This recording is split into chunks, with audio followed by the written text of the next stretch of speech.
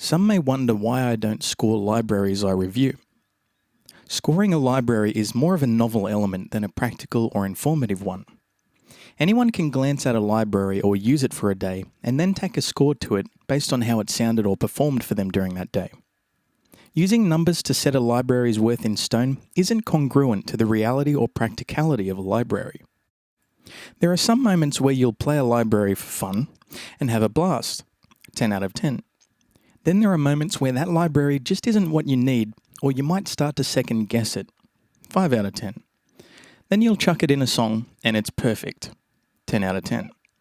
Then you'll realize it takes more mixing than the other instruments to sit right and you'll get frustrated with it, 5 out of 10.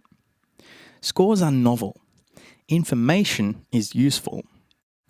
That's why when I make a library video, I use practical examples and focus on where the library performs best, why, and whether or not you'll get good use out of it. And that's something a score can't communicate. At the end of the day, what you're using the library for is what it all boils down to. And if you end up using the library practically over a period of months or years, it's paid for itself.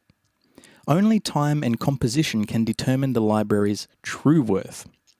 This is why I don't like to use the term review in my videos. Giving a library a numerical score is novel, and it fulfills instant gratification or validation for the viewer. I don't really review libraries. I teach you about them, where they'll work, when they'll become useful, how they sound in the appropriate setting, and how you can use them to get the most out of your purchase. That's also why I commonly make videos for libraries I've found to be practically useful or serve a particular purpose. If you've composed a lot of songs, you've been there. Your favourite library doesn't work in a particular case and you reach for something you wouldn't normally use. Then everything changes. That's what making music is all about. Learning and optimizing. Being creative and resourceful. That's what my videos are about. That's also why I'll commonly buy my own copy of a library and use it in context before I talk about it. I don't often receive free libraries to review. Unless, of course, the library sells itself and I'm certain that it will find some good practical uses in my compositions. But that isn't often. Any library I'm skeptical about, I buy and test extensively. And if it is useful, I'll make a video.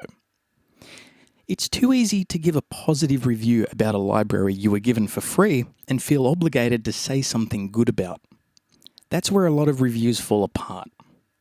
And that's why I do what I do. I'm here to help you get the most out of your tools and also to make informed decisions on your purchases. After all, at the end of the day, it's your money and your music. Check you later.